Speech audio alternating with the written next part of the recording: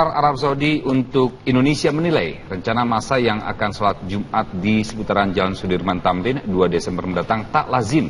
Sementara Wakapolri menegaskan tindakan pengamanan atas rencana aksi damai berada di Polda Metro Jaya.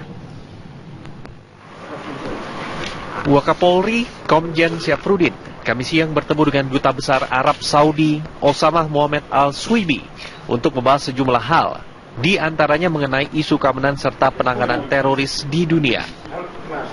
Menanggapi adanya rencana aksi damai 2 Desember yang dilakukan dengan cara sholat Jumat di jalan, Dubes Arab Saudi menilai hal tersebut tidak lazim. Meskipun secara umum, umat muslim tak dilarang untuk beribadah dimanapun.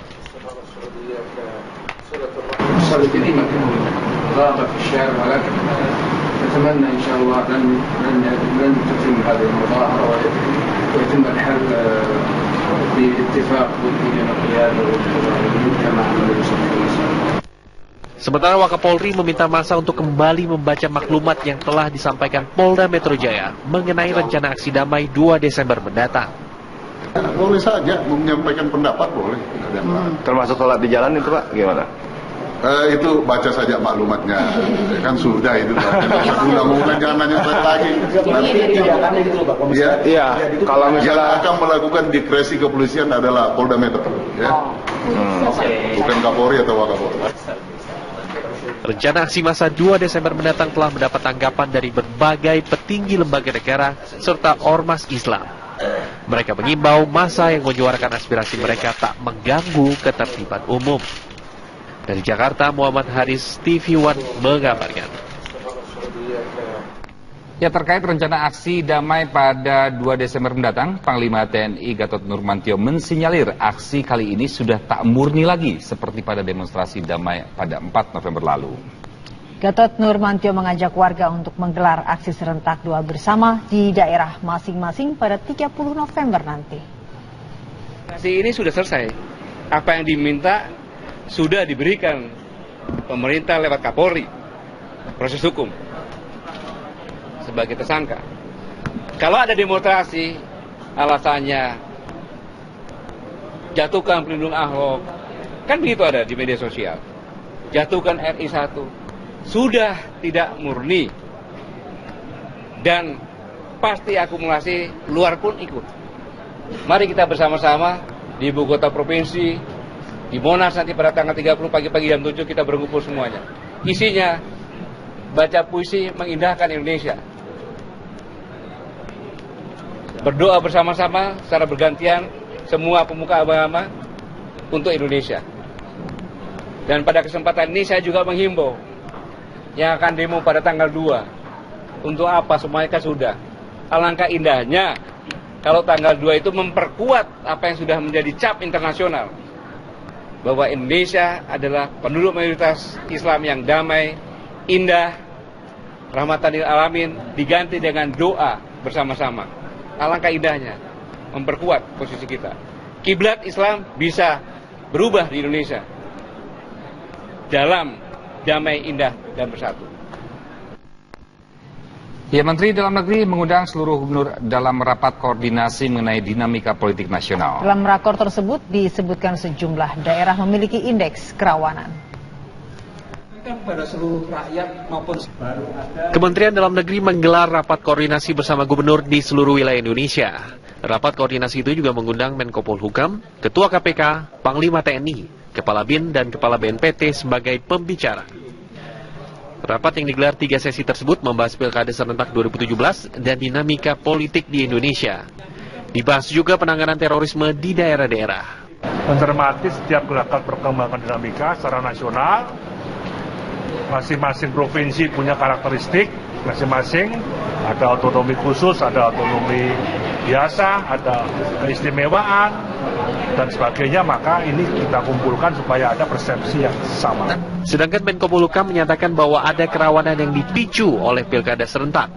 Yang kita sudah tahu ada satu indikasi-indikasi tertentu yang menilai masalah indeks kerawanan pemilu, ya, itu sudah kita miliki dan beberapa bulan yang lalu kita sudah tahu dan kita sudah instruksikan supaya kerawanan-kerawanan yang terjadi di beberapa daerah tentang penyelenggaraan pemilu dapat kita eliminasi sebelum pemilu berlangsung.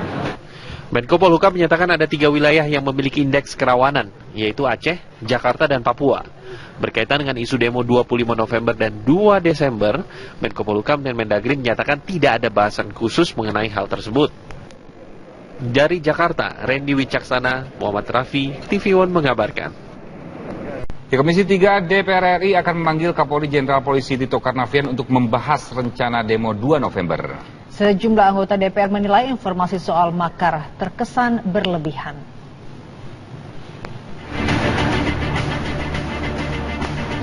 Komisi 3 DPR RI akan memanggil Kapolri Jenderal Polisi Tito Karnavian pada hari Senin esok. Komisi 3 akan menanyakan kepada Kapolri terkait dengan perkembangan demo yang akan dilakukan pada tanggal 2 Desember mendatang. Selain itu, mereka juga akan bertanya kepada Kapolri tentang berkembangnya isu makar. Pernyataan itu adalah di dalam konteks adalah deteksi dini awal, dan itu adalah tugas daripada polisi. Dia harus melakukan itu karena dia tugasnya untuk melakukan penertiban terhadap persoalan-persoalan yang terjadi. Karena itu menurut saya jangan terlalu jauh kita menafsirkan terhadap hal tersebut. Taufikul Hadi juga menambahkan bahwa makar itu adalah sebuah upaya untuk menjatuhkan pemerintahan yang dipilih oleh rakyat secara inkonstitusional. Dan jika itu terjadi, yang paling menderita adalah rakyat. Dari Jakarta, Syafat Suryo, Azharina Rotoma, TV One mengabarkan. Ya, polisi, TNI, dan ulama sepakat untuk menjaga keamanan dan stabilitas jelang aksi damai 2 Desember. Untuk menjaga kebinekaan juga digelar istighosah dan doa bersama.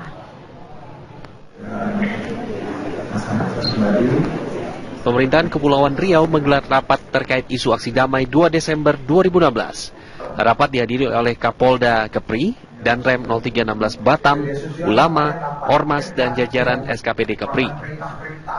Rapat bertujuan terciptanya keamanan di wilayah Kepulauan Riau.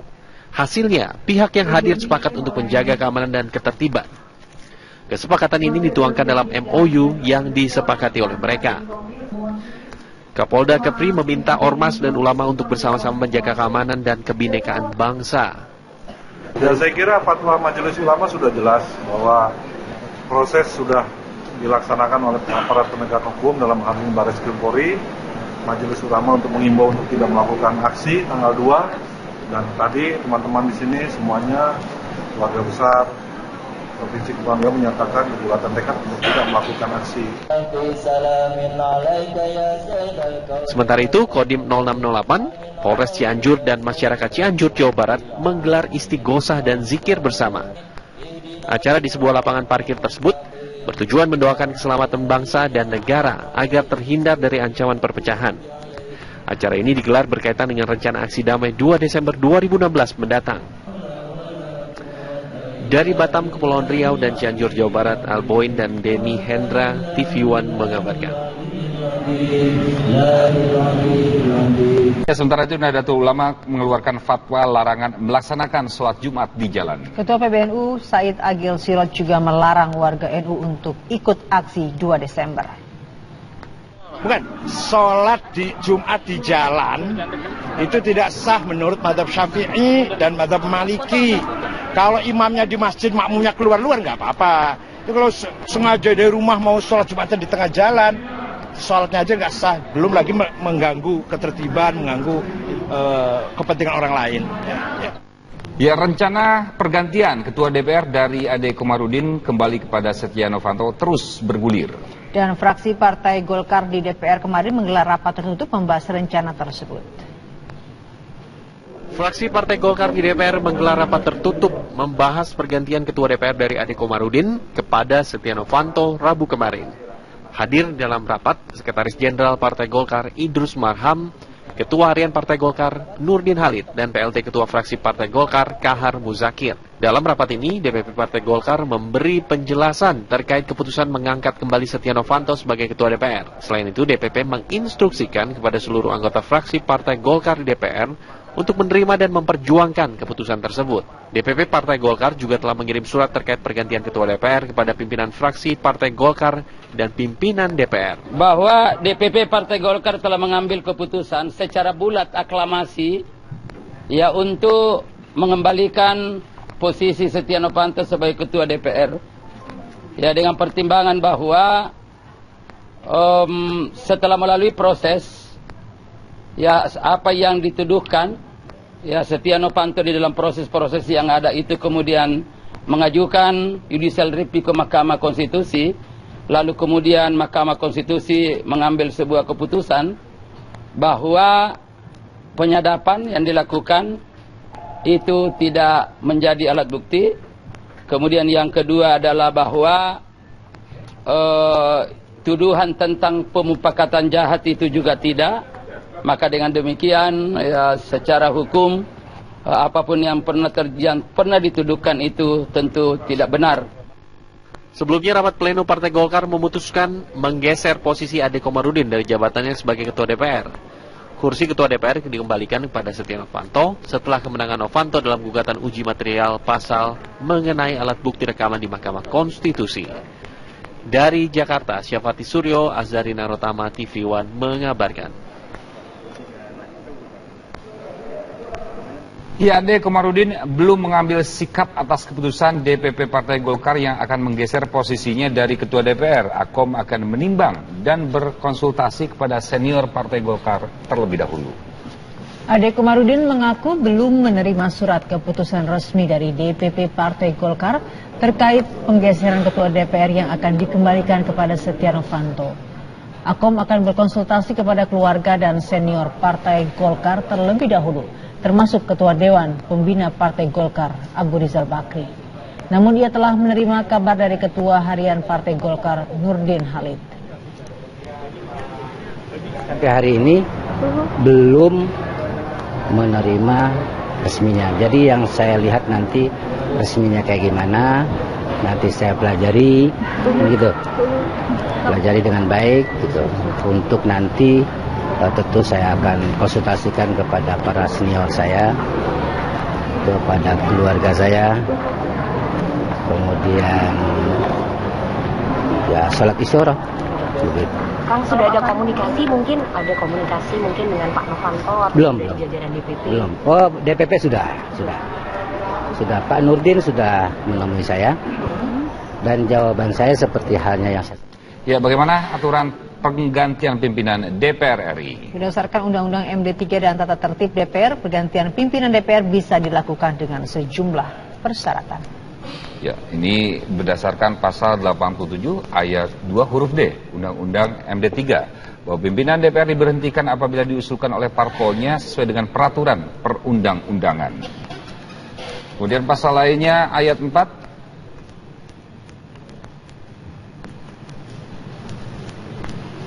yang berisi dalam hal seorang pimpinan DPR berhenti dari jabatannya, penggantinya berasal dari parpol yang sama.